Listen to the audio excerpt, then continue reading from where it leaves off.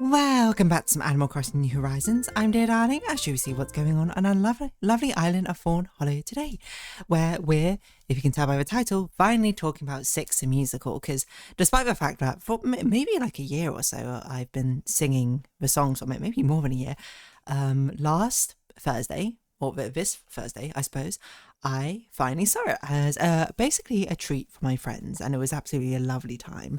I'm going to say basically spoilers right off the bat when it comes to it. I don't think this is a movie which you should care about, sorry, musical which you should care about spoilers. It's very much a musical where you just listen to the tunes. If you like the music, you'll like the musical. If you don't watch a musical, essentially, is what I think. I don't think a plot is that important, plus, you know, kind of spoilers, it already happened in history. So anyway, good evening everyone. Right now in Fawnhallow, it's 8:25 p.m. on Saturday, August 16th, 2025. So, Six the Musical, if you don't know, is basically a story about King Henry VIII's wives, Catherine of Aragon, Anne Boleyn, Jane Seymour, Anne of Cleves, Catherine Howard, and Catherine Parr. If you don't know who Henry VIII is, he was basically one of the more famous kings in Tudor times, I believe, of England, most notably because he had 6 wives, and most notably as well is because he created the Church of England specifically so he could divorce his first wife and marry his second, something like along that. He's quite a notorious figure. I don't think he's particularly beloved, I think, in modern days, looking back in history, but it is nonetheless an interesting sort of part of history. And mainly if you grew up in the UK, you would very much know the rhyme to remember how the fate of all of his wives: divorced, beheaded, died; divorced, beheaded, survived. Six is basically a modern retelling of that story, where it basically puts the 6 wives as modern day pop star incarnations, I guess, of their historical counterparts, and has them basically singing songs about Henry VIII in a way. I say all spoilers are off, so like I'm gonna spoil the entire plot of the musical like within this next few sentences. Again, if you haven't seen it, I don't think it's a big deal, to be honest, but it's up to you whether you think it's a big deal or not. But essentially they're put at the premise of a show is that, like, oh, we're, you know, trying to start a band, we're having a competition of who should be the leader of a band. It's whoever the only thing that you can judge us on is basically the thing we have in common, which is being Henry VIII's wife. So whoever had to deal with the most nonsense from Henry VIII should be the leader. And then they all sing a song, and then they reveal at the end, oh, you know, actually this was actually a trick. It was meant to basically reveal, hey, you know, it's quite a comparative act, you know, judging us against each other. And when we, you know, you do that, we just become, instead of our own people, just Henry VIII's wives, which is kind of how they're remembered by. And like, so it's like a commentary on that, if anything. But yeah, it's a really cool musical, because it was also one which I think it started as something that was made for Edinburgh Fringe or something. I don't know, like it was first shown in Edinburgh Fringe, I think. But then it was so popular that it became its own, well, production, which is cool. You know, that's very admirable, I think, for that to happen. I can't remember the 2 people who created it, but let's see, 6 musical. Lucy Moss and Toby Marlowe. There you go. I thoroughly love this musical because I love the songs in it. I think the songs take a much more modern spin on a lot of musical songs, because it is modern. I mean, it was made in like within the last decade. I don't remember exactly. And it takes a lot of inspiration, I think, from more modern artists that I know, you know, we know. So I saw it on Thursday with my friends, and my friends, they know I love it, because I always sing songs from it, but they don't know much about it. Like 2 of them basically did not know the plot. One of them didn't even realize that this was this musical, and he was like, oh, I'm actually going to see this later on, which I thought was very funny. But they all enjoyed it, I think, to be honest. I don't know if they necessarily enjoyed it to the extent I enjoyed it, but they enjoyed it. So that's more than I can ask for, to be honest.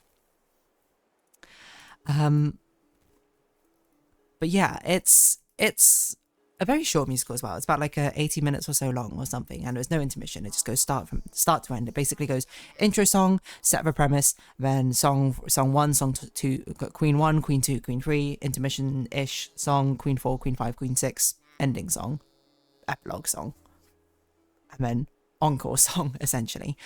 And it's like you can listen to it on Spotify. There's both a Broadway and West End version.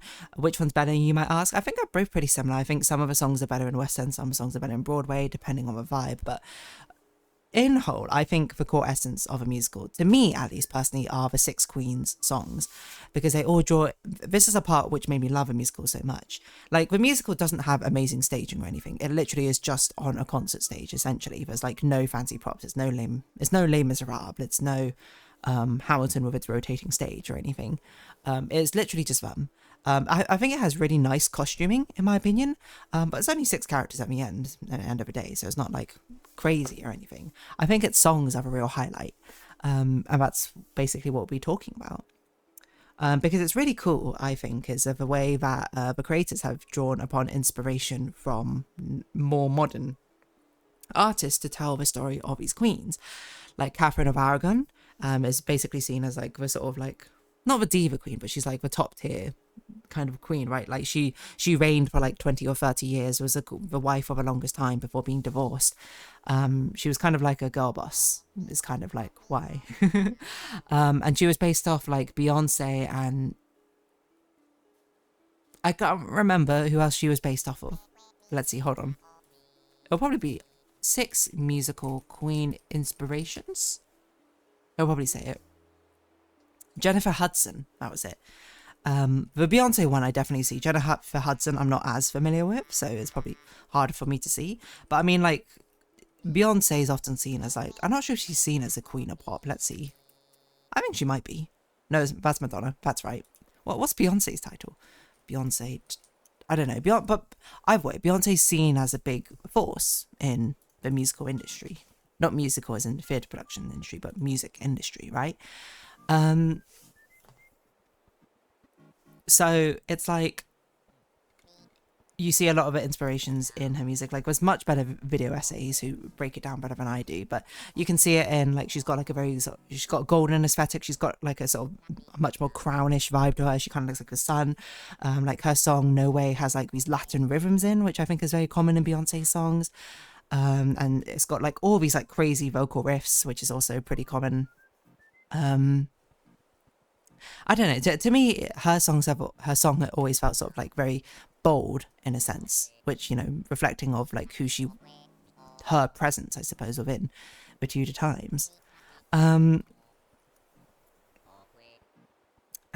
yeah, I don't know about necessarily the historical accuracy of these portrayals, but I feel like they must be pretty decent. No Way is like definitely a great song. Like, these 6 songs are great. Like, which one's my favorite kind of depends on my mood, but No Way is fantastic. My favorite part is definitely when it goes to the bridge and when she's like, you got me down on my knees begging me, please tell me what I did wrong. Been humble, been loyal my entire life, swallowed my pride all along. Something like that. If you could just explain a single thing I've done to cause you pain. I'm going to be singing so much in this video. Oh, I'll go. There's no way. Anyway, the entire chorus goes, there's no way. I think also, I would say the song has a lot of nice sort of like lyrical wordplay. I mean, nothing epitomizes it more than I think the part which is saying, you say it's a pity because quoting Leviticus, I learned that kittyless all my life. Like, it's just a very, very pleasing lyrical wordplay there, which, you know, appeals to me, I suppose, in a sense. But it's a very sort of like bold song in a way. Like, you feel like the queen, you feel like the star when you sing it.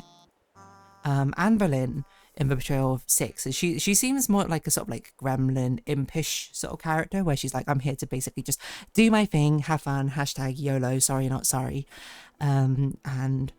She doesn't really care in the sense, not doesn't care in the other sense, but it's more like, I'm just here to have my fun, if other people get hurt, whatever. She's strongly inspired by Avril Lavigne and Lily Allen, which I think was immediately obvious to me. Like her verses are so like sort of Avril Lavigne, where it's like got like punkish of like claps, like talking style, not Kesha style, but like the sort of simplistic melodies, but with like a sort of punkish attitude, I think. I mean, that's what I'd say defines Avril Lavigne.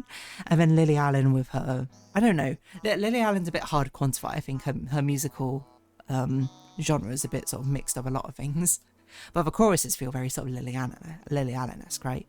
Anyway, she's a very sort of fun queen. And at least I would say notably, because I saw online, let's see, slime tutorials of a Broadway version of the OG6 actresses, but obviously the West End one's the one I saw recently. And I spoke about it a bit yesterday or the day before, I can't remember how. It was really interesting seeing the different portrayals, because like the Anne Boleyn and the Broadway version that I saw, she seems a bit more sort of just like, I don't know how to put, like self-centered in a way, sort of like I'm just here to do my thing, doesn't matter if you're in my way of it, kind of is like a vibe I get, like bratty in a way. But then the Anne Boleyn in this one, she's basically is like unhinged. She's sort of just like a cloud cuckoo Lando or whatever, where it's more like I'm not even sure she's aware of what she's doing half the time. And it's really interesting to see the portrayals, but you know, I talk about it in the artistic signature, so that was really cool to see. But she has a really, really fun song to sing. You know, we're like, sorry, not sorry about what I said. I'm just trying to have some fun. What happened to my voice there? I'm just trying to have some fun. Don't worry, don't lose your head. I didn't mean to hurt anyone. And I like this part where it goes, ow, ow, ow, say oh, well, or go to hell. I don't know, it's just like sort of fun in that sense. And Jane Seymour has my favourite song, Heart of Stone, because it's basically a power ballad, which was inspired by, well, Wikipedia says Adele, Sia and Celine Dion.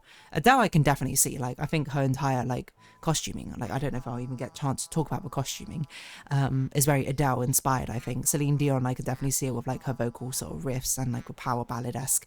Sia, I guess, maybe just the voice more than anything, but that one I see a bit less than the others. But it's an incredibly, incredibly moving song about, you know, like the power of love is perhaps what I would say, you know, despite Henry VIII's aggressions and etc., Jane Seymour's like genuine love for him still remains. And it's a beautiful song which turns from what seems to be a song about withstanding and staying by Henry VIII's side to becoming one about withstanding Henry VIII's abuse, and a love song essentially to the child she will never meet.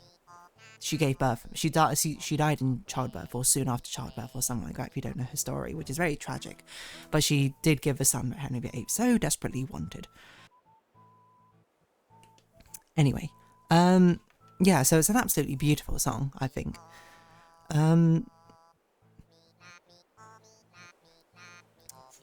Yeah. What else was I going to say about this?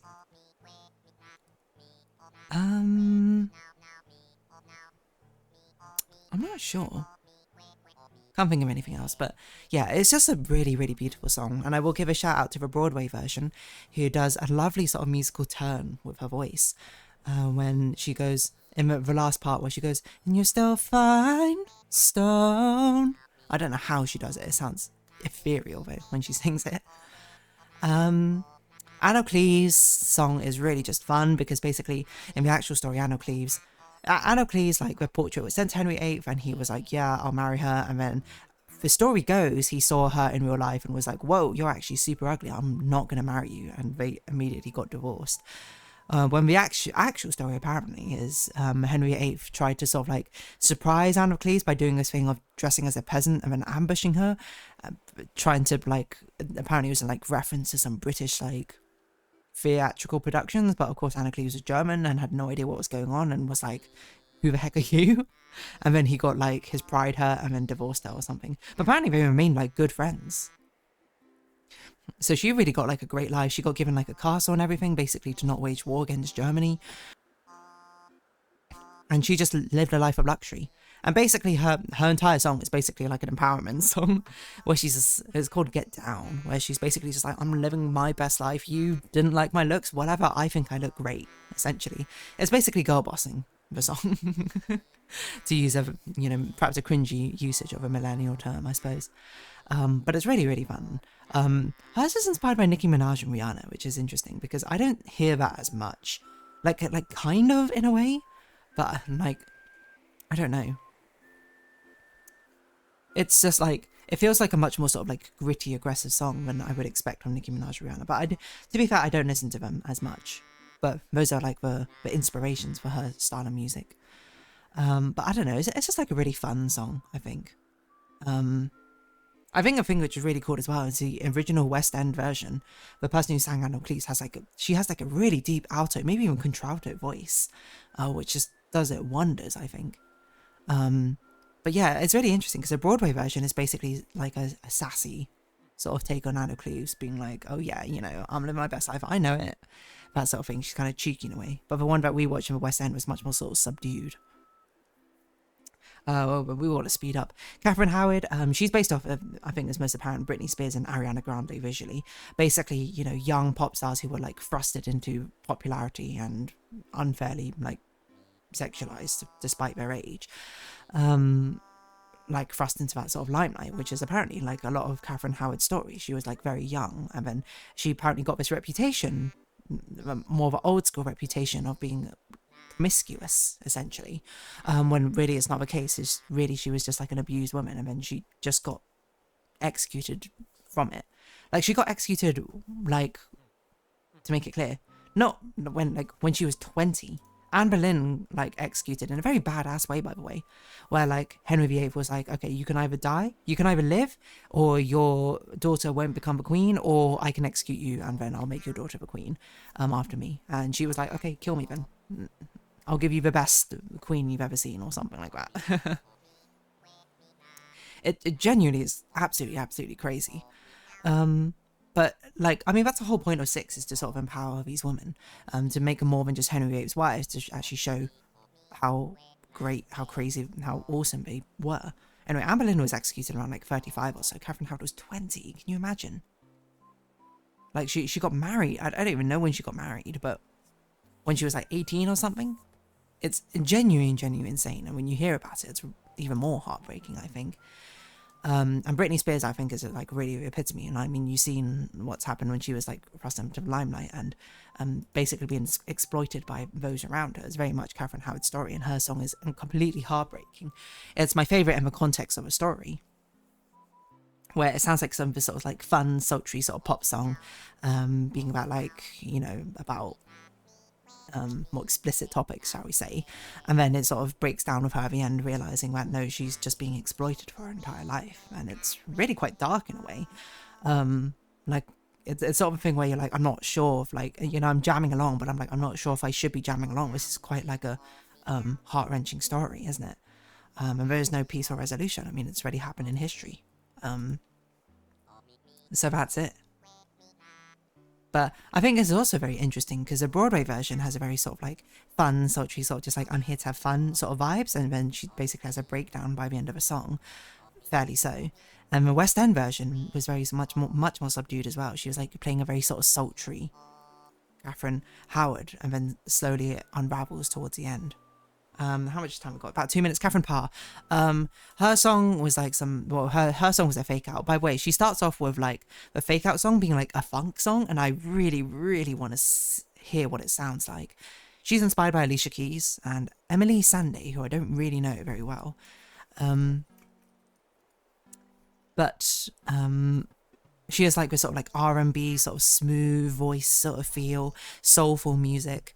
And her song's basically about the empowerment of being like, you know, screw you, Henry VIII, or whatever. I already had my love, but so be it. You know, you chose me, and then I'm gonna outlive you, essentially. And then her song is sort of a catalyst to be the big reveal, where it's like this entire musical is about them all coming together and being like, oh, I'm showing you all that we're more than just what Henry VIII's wives, and our stories are ours to tell, not his. And it really is like, I think it's a very neat package, because I don't think it's there necessarily. I think, how should I say this? The layers of it are more to do with, I think, the references it probably puts in, but the layer form, like its overarching sort of like macro story, is relatively straightforward, I think, and it does well to communicate it. Like, I don't think it needs to be a bad thing if it is much more sort of straightforward. It just means that it's able to communicate it effectively, and then it can lead with sort of more the layers for people who want to go and understand the historical like connections to the portrayal. Again, I'm no historian, like my Tudor knowledge is restricted to what I learned in primary school, but It's basically a really nice retelling and gives a really nice sort of like overarching narrative to make you think about these historical figures in a different light. And if anything, like when I listened to it and like heard about the actual stories, I was like, oh, okay, you know, how much more from history have I seen under the wrong sort of lighting? And it doesn't, I mean, it also helps a lot that the songs just absolutely slap, to be honest. Like Hearthstone, I said, is my favourite. I don't even know what I'd put second, to be honest. Maybe all you want to do, but like, again, it kind of depends on the vibe, because I really do like No Way as well, but then it's like, oh, I do like Don't Lose Your Head, and of course I love Get Down, and I love, I Don't Need Your Love as well. It's like, I don't know. But I just really appreciate it for that. And very quickly, we'll talk about costuming. The costuming is really fun. Like, has really nice details. Like, Anne Boleyn has actual green sleeves, and Jane Seymour has the actual, like, Tudor housing architecture based, like, on her dress. Catherine Howard's is very much based off Ariana Grande's look, that sort of thing. It's all like full of really fun details like that. Catherine Parr being the only one who's wearing trousers as well. So yeah, I don't know, like, I know that they created another musical following on from that. They created like Why Am I So Single, right? Which I saw adverts for about it in London for a while, but it doesn't seem like it had the exact same staying power, which is a bit of a shame, but it's cool. It's very, very cool. To see it come about is what I'd say. And 60 musical, like the fact it's still got staying power, that's aspirational. Just from like a Cambridge University sort of musical that they made, it's going to Edinburgh Fringe and now being a constant in West End, running for 2-3 years maybe. Crazy, huh? Maybe even more actually. Let's see, how long? 2019. 6 years. Insanity. Anyway, I'm going to round this episode off here. So if you have been watching, thank you very much. It's been Animal Crossing New Horizons, and I've been Dear Darling. Likes, comments, subscription, shares, greatly appreciated. Socials, Discord down below. Hope to see each other again, but for now, it's our farewell. So until next time, bye-bye for now. Wow, it was performed on cruise ships. That's crazy. What?